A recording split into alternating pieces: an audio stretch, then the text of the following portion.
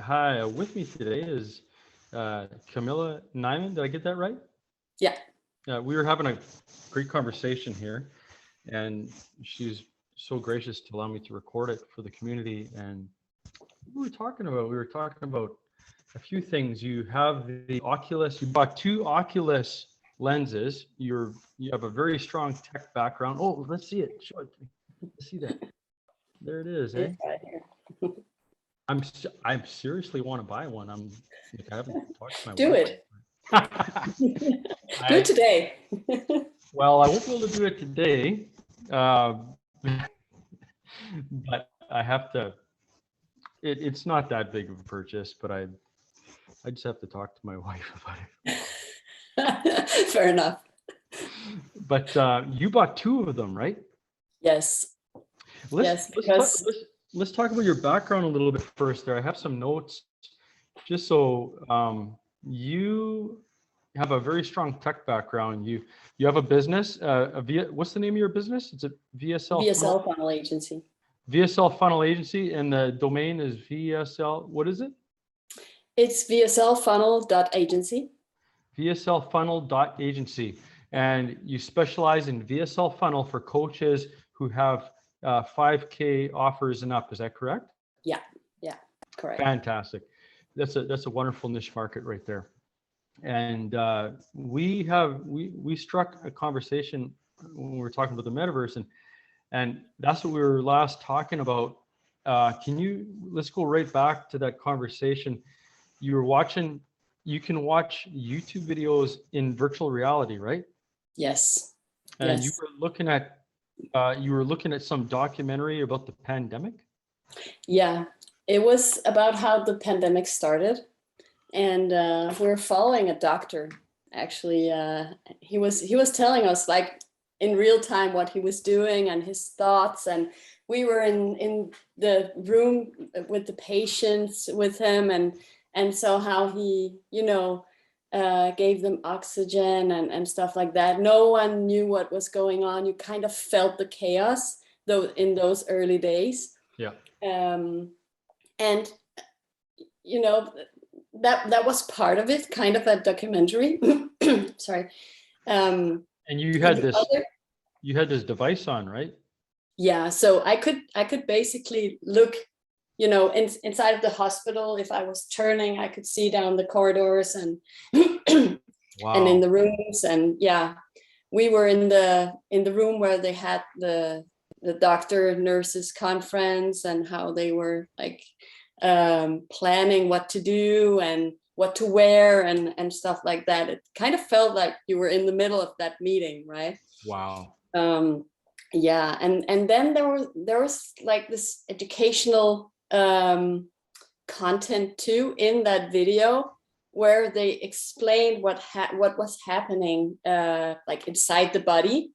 So I found myself like just next to a huge cell, and they kind of visualized. Yeah, it was like it was the COVID. Yes. Cell, yes. Right? Yeah, and it was they visualized how the virus penetrated the cell and made people sick and stuff like that. So, and I knew that is what happens, right? But I never saw it like up close. You were wearing these virtual reality Oculus that's created by Facebook. Bought the company, from what I understand. Yes. And I'm actually doing a call later this week with a lady that knows a lot about Oculus. So Cool. It'll be very, very interesting. She's a developer. But so you're in the beginning of what Meta is. They haven't pieced it all together yet, but you've been there in essence, right? Yes. I don't know the definition of the metaverse. I think it's an old term. Yeah. And I think it's more of a multiverse, if anything, because metaverse is the one that's owned by Facebook, right? Yeah, you can say that, but the term is but the term is old. It was from a book from the 90s, I think. Snow Crash, I think the book is called. Snow Crash? Yeah, I think that's the guy who actually defined the metaverse and said the word, I think, for the first time. So wow. Yeah, but there are a lot of people who have been developing stuff for the internet and for VR and AR and stuff like that for ages. But as we talked about before, I think that the announcement from Facebook and Mark Zuckerberg, it's kind of a catalyst of that whole development, right? Because all of a sudden people are like, oh, what was that? Yeah. Right. Well, what did they invest $9 billion to build their own universe here? So it's kind of forced it into mainstream media now. Yeah. The development.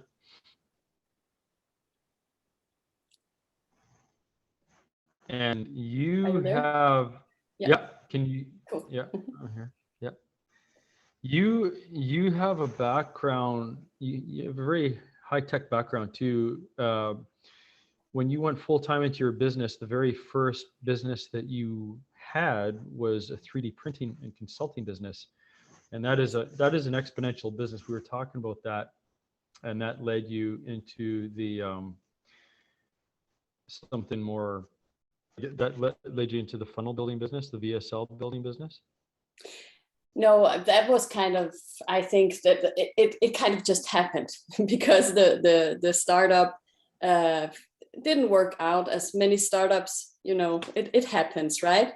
Yeah. We were in business for 2.5 years, and we made all kinds of projects with 3D printing in schools and in hospitals.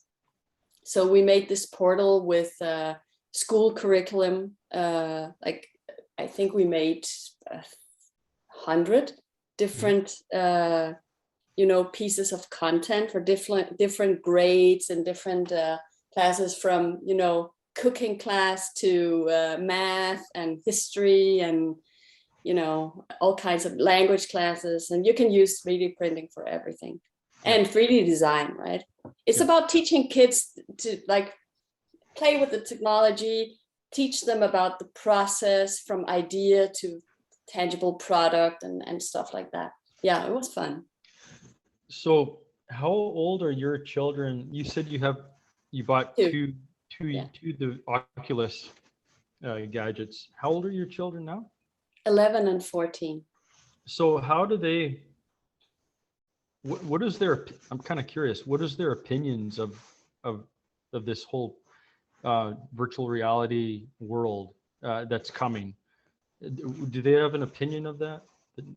Yeah, as most kids, and that happened with the 3D printer that we bought. The adults were like, "Oh, that's so cool," and the kids are kind of unimpressed because everything is new to them. So if it's a 3D printer or if it's a coffee maker or whatever, they are like, "Okay, that's new. It's interesting." No, but they do use the printer. They design Pokemons in the 3D software, and then they print them out. And with the Oculus, they were like, okay, this is cool. That's really cool. This is really cool. Yes. Okay.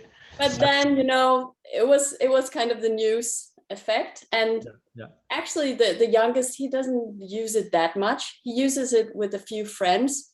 He's very social online. So he wants, his friends, they don't have one yet. I think a few friends have, but maybe this Christmas, I think that maybe a few more. I can see that changing. Yeah, me too. Me too. I predict that that's going to change our young people, how they're going to socialize. Yes. Yeah.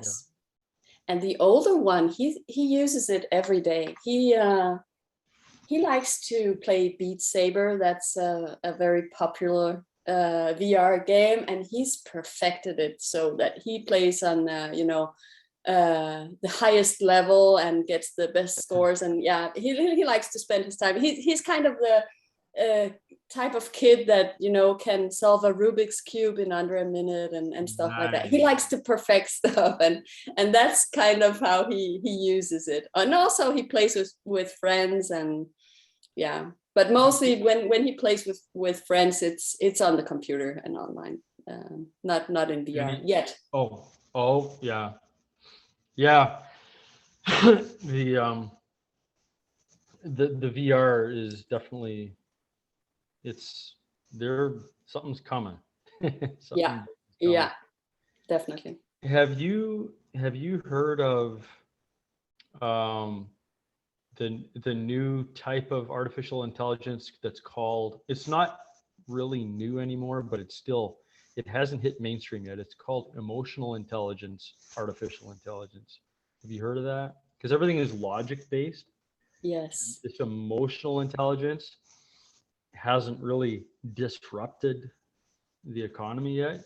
Like machine Yeah. learning has. Have you heard of that?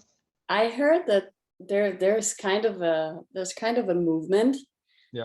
and right now people think that, you know, technology, computers, AI is kind of stupid, but I don't think that they and that, you know, there's some parts of the human behavior, or the human brain that can't be replaced by AI.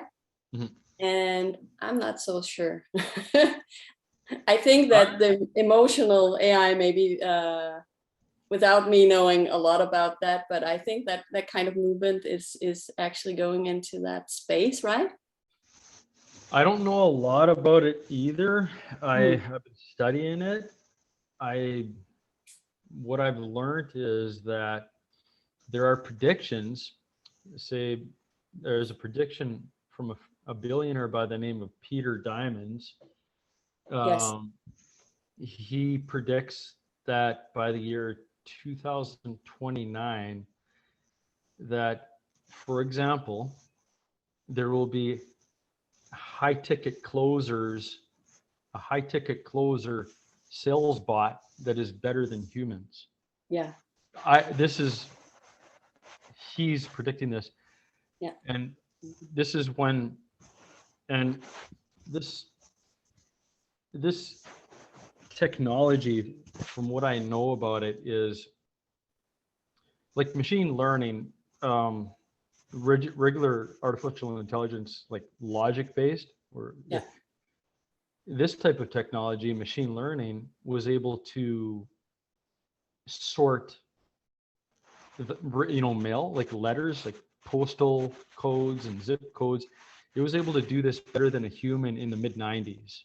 Yeah. This emotional intelligence, and then that's when it started disrupting and demonetizing, and people were losing jobs because of it. And these Right. things start showing up in McDonald's restaurants that you don't even need to cashier anymore. That's all, machine learning stuff. And but this emotional intelligence, from what I've learned, is it's still under the radar. It's Hmm. growing, it's getting faster. It's what they call, in a deceptive stage. The world is Yeah. being deceived by it, just like digital cameras deceived the Kodak company. Yeah. Kodak built the digital camera in the late, one of their They engineers did. built it in the late 70s, so Kodak owned it because the engineer worked for Kodak. Yes. They put it on the shelf, because it had zero point zero 0.01 megapixels, but that number doubled every year. It doubled, and whenever they have a committee meeting in the early 80s, they looked at it, well, it's still less than 1 megapixel. But what happened is Kodak made a big mistake, is they looked at the growth of the technology on a linear scale rather Exactly. than an exponential scale. Yeah. And this led to their demise some 30 years later, a bankruptcy. You think about it, a $32 billion company, Kodak, goes bankrupt, and 3 months, actually, Facebook buys Instagram in 2012 Yeah. for $1 billion.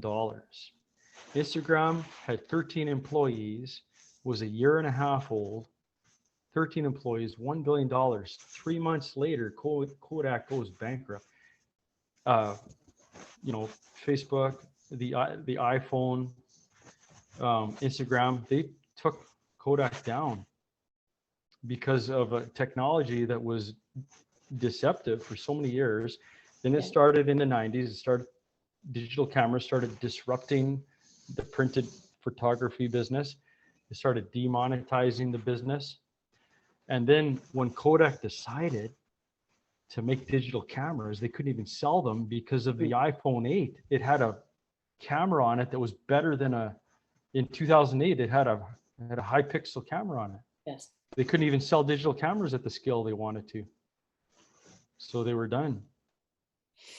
Yeah. And this is, and I think of this and the stages, and I see, you know, the metaverse, the other universes. I see emotional intelligence. I see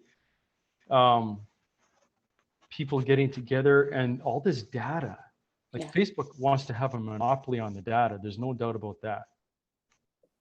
How do you think? I mean, I talked to a guy today that was dead set on buying a piece of the metaverse, like land, for $7,500. Yeah. That's a thing. People are buying land. Yes.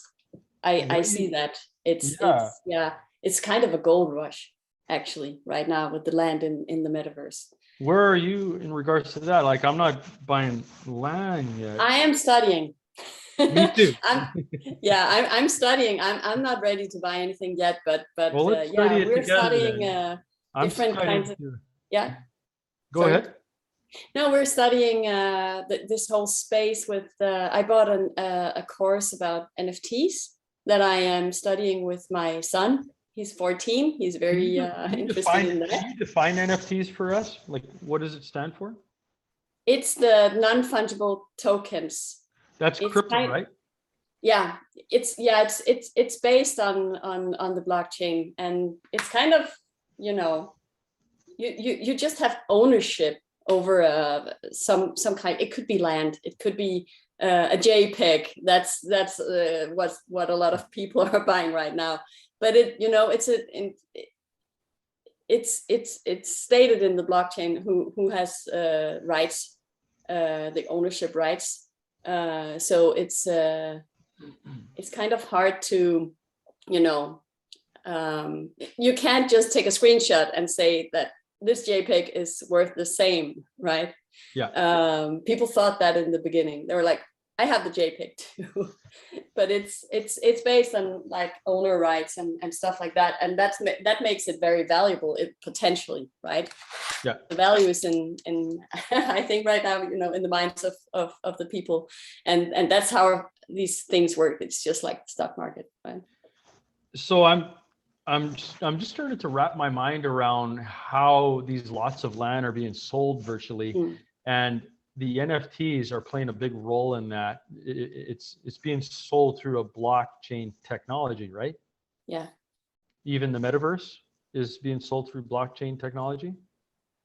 Is that true? I'm not an expert in that part of it, but I would think so. Yes. That's very high tech and interesting. It's wow. Yes, because you buy the land off of these crypto apps, right? Who are already ready for that. So, yeah. Yeah, well, we have to have somebody helping us. Yeah. Interesting. Well, Camilla, I want to, you know what, we've been talking a little while here. I think we should call it an end here for today. This is some really good content. I want to thank you so much for your time. Thanks for letting me. I have like a huge passion for these things, so I like to talk about it. Yeah. Usually you know, my day job is as an agency owner, so we don't talk too much about these things, but we do orient ourselves towards the future and look at what is going on in the marketing space as well. So yeah. Well, if it's okay with you, I may I may invite you again. Maybe we'll put a panel together, something like that, and have Yeah, a that would be brainstorm so cool. Yeah. Yeah, and I'm going to send you that link to invite you to DIYAI.org, and we'll post the video, and I'll share it on Facebook and YouTube also. But thank you so much for your time. And Welcome. Camilla, your last name is, what is it? It's in Danish, it's Newman, but Newman. in English, it's kind of Newman. You know, it means the same thing. Yeah. And I just wanted to say your the name of your domain there one more time Yeah, for that's everyone. VSL agency. Oh, sorry, VSLfunnel.agency. VSLfunnel.agency. Yes, And she specializes in building VSL funnels for high ticket offers for coaches. exactly. All right, very good. And we'll talk to you soon, Camilla, and have a great morning, rest of your morning. Thank you. Thank Okay. you.